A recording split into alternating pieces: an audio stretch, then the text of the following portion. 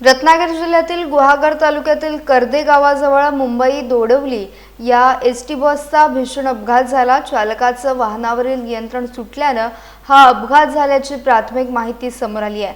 मात्र सुदैवानं या अपघातात कोणतीही जीवितहानी झाली नसून मोठी दुर्घटना टळली आहे। मिळालेल्या माहितीनुसार अपघात घडला त्यावेळी एसटी बसमध्ये एकही प्रवासी नव्हता। बसमध्ये केवळ चालक आणि वाहक हे दोघेच उपस्थित होते। अपघातात चालक आणि वाहक या दोघांनाही किरकोळ दुखापत झाली असून त्यांच्यावर जवळच्या रुग्णालयात प्रथमोपचार करण्यात आलेत।